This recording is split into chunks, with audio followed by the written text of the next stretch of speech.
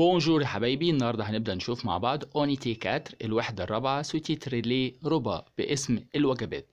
في الوحدة دي هنتعرف على أسماء الوجبات والمأكولات والمشروبات، وهنتعرف على أكتر من حاجة مهمة، وهنبدأ ونشوف سوا. ويبدأ هنا يقول لي جو برون ان روبا، أنا أتناول وجبة أو ريستورون في المطعم أو على ميزون في المنزل. وهنا بيعرفني الأماكن اللي أنا ممكن أتناول فيها وجبة، بيقول لي أو ريستورون يعني مطعم، وخلي بالك دي كلمة ماسكولين مذكرة، أو عندنا على ميزون في المنزل، ودي كلمة فيمينين مؤنثة. كمل معايا وقول لي بور ان روبا جو بريبار لا تابل، يعني من أجل الوجبة أنا أجهز المائدة. استخدم هنا فيرب مهم جدا اللي هو كان فيرب بريباري، اللي هو معناه يجهز أو يحضر، وده فعل من أفعال بريمي جروب، من أفعال المجموعة الأولى اللي هي الأفعال اللي بتنتهي بالأو ار، اللي أنا عشان أقدر أصرفها أو بريزون في المضارع بحذف الأو ار وأضيف النهايات العادية جدا بتاعت أفعال المجموعة الأولى زي ما حضرتك شايف كده قدامك. ويكمل معايا ويقول لي إليا تروا روبا بار جور، يعني يوجد 3 وجبات في اليوم، اللي هما لو بوتي ديجوني الإفطار، لو ديجوني الغدا، لو ديني العشاء، ودولت ال3 وجبات الأساسية. ودلوقتي هنبتدي نتعرف على المأكولات والمشروبات اللي موجودة لكل وجبة. فهيبتدي يقول لي نوت أو بوتي ديجوني يعني على الإفطار جو مونج أنا آكل، دو كرواسون اللي هو معناه كرواسون، دو بان معناه خبز، دو فروماج معناها جبنة، وعندنا دو لا كونفيتير مربى. وهتلاحظ هنا ان اسماء المأكولات دي كلها سبقت بحاجة اسمها ارتيكل بارتيتيف، ادوات التجزئة، ودولت هنتعرف عليهم كمان شوية. ونكمل سوا. هيبتدي يقولي او بوتي ديجوني يعني على الافطار جو بوا انا اشرب، دو تي معناه شاي، دو تي اولي شاي بالحليب، دو لي حليب، دو كافيه قهوة. ونوت هتلاقينا استخدمنا فيرب بوار اللي هو معناه يشرب، وده فعل من أفعال تروازيم جروب، أفعال المجموعة الثالثة. وتعالى نتعرف على التصريف بتاعه أوبريزون في المضارع، ويبدأ يقول لي je bois, tu bois, il boit, elle boit, nous buvons, vous buvez, ils boivent, elles boivent. ونشوف معانا كمان فيرب prendre معناه يأخذ أو يتناول، والفيرب ده من أفعال تروازيم جروب، وده فعل مهم جدا. تعال نشوف تصريفه au présent عامل ازاي. يبتدي معايا يقول لي je prends, tu prends, il prend, elle prend, nous prenons, vous prenez, ils ou elles prennent. pour le déjeuner je mange يعني للغدا أنا آكل، du poulet فراخ، du poisson سمك، de la viande لحمة، de la salade سلطة. هتبتدي تبص هتلاقي الأسماء دي كلها سبقت بارتيكل بارتيتيف، أدوات التجزئة اللي احنا هنتكلم عنها كمان شوية. ويقول لنا كمان après le déjeuner يعني بعد الغداء nous préférons le jus، احنا بنفضل العصير أو les fruits أو الفاكهة. par exemple هنشوف عندنا la banane الموز، le raisin العنب، la poire كمثرى، la pomme التفاح، l'orange البرتقال. وهبدأ أكلمك دلوقتي على حاجة مهمة جدا اسمها لي فيرب ديجو، يعني أفعال الميول. الأفعال اللي أنا بستخدمها عشان أقدر أعبر بيها عن الحاجة اللي أنا بحبها أو الحاجة اللي أنا بكرهها، وكده يبقى أنا بتكلم على 4 أفعال مهمين جدا اللي هما إيمي لو معناه يحب، أدوري يعشق، بريفيري يفضل، ديتستي يكره. وببتدي أقول لك خلي بالك عندي إكسبريسيون مهم جدا اسمه إيمي بوكو اللي هو يحبه كثيرا، بيساوي فيرب اسمه أدوري يعشق. زي لما يكون عندي فيرب ايمي بيكون محطوط في النفي ما بين النو والبا، بيبقى معناه لا يحب، وبالتالي فبنلاقي ان هو بيساوي فيرب ديتستي اللي هو معناه يكره. طيب اعرف ايه عن افعال الميول؟ اعرف عنها ملحوظه مهمه جدا، ان الافعال ال4 دول ممكن يجي بعديها اسم ويكون الاسم ده مسبوق باداه او صفه. وهنا هوت غالبا انا بقصد حاجه اسمها ارتيكل ديفيني، ادوات المعرفه اللي هم اللو واللا والا بالصرف واللي، سواء إذا كانت الجملة مثبتة أو منفية. معنى كده كلامك يا مسيو إن أفعال الميول دي لو منفية عمري ما اختار بعديها دو أو دا بالصرف، بالظبط كده. تعال نشوف الإكزامبل اللي قدامي. بقول لي جيم نوت فوتبول، فبالتالي طالما عندي فيرب ايمي هختار بعديه ارتيكل ديفيني أداة معرفة، فهنا هختار لو، فيبقى الجملة بتاعتي جيم لو فوتبول أحب كرة القدم. عندنا الإكزامبل التاني بيقول لي جو نيم با نوت فوتبول، وبيقول لي اختار لي نوت لو ولا اختار لي دو. فلما نبتدي نبص نوت عندنا عندنا نيجاسيون عندنا نفي، لكن الفيرب المنفي هنا فيرب يميل وده فعل من افعال الميول، وانا عارف ان غالبا هيجي بعديها ارتيكل ديفيني اداه معرفه، سواء اذا كانت الجمله مثبته او منفية، فبالتالي هتكون الإجابة بتاعتي لو.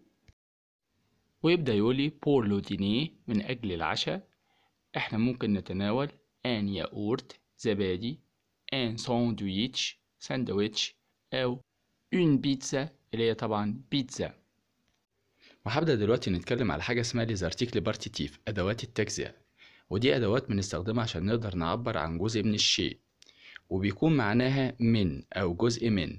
وهنا عندي 4 أدوات، عندنا دو، دو لا، دو إلا بصرف دي. دايما عندنا دو اللي هي أول واحدة تسبق اسم مفرد مذكر مبدوء بحرف ساكن، زي لما نيجي نقولك دو كرواسون، دو لي، دو سكر، دو بواسون. كمان عندنا دو لا وتسبق اسم مفرد مؤنث مبدوء بحرف ساكن، زي لما اجي اقول لك دو لا سالاد، دو لا فياند، دو لا ليموناد. كمان عندنا دو إلا أبوستروف تسبق اسم مفرد بنوعيه بس مبدوء بحرف متحرك، اللي يقول لي دولو يعني من الماء. والدي طبعا واضح بالنسبة لك إن هي تسبق اسم جمع، زي لما اجي اقول لك دي فريت أو دي بات.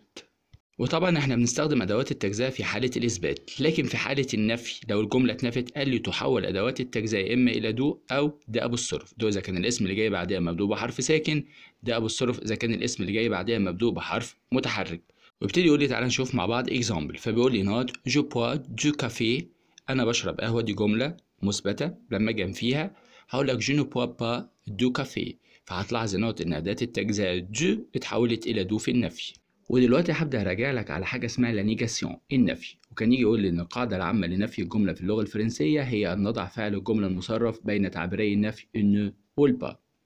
وإذا كان عندنا الفيرب بتاعنا مبدوء بفوال مبدوء بحرف متحرك، إنه بتبقى إن أبوستروف. ويبتدي هنا يقول لي خلي بالك من إكزامبل عندك، يديني جملة مثبتة بتقول لي نو بوفون دو لا ليموناد.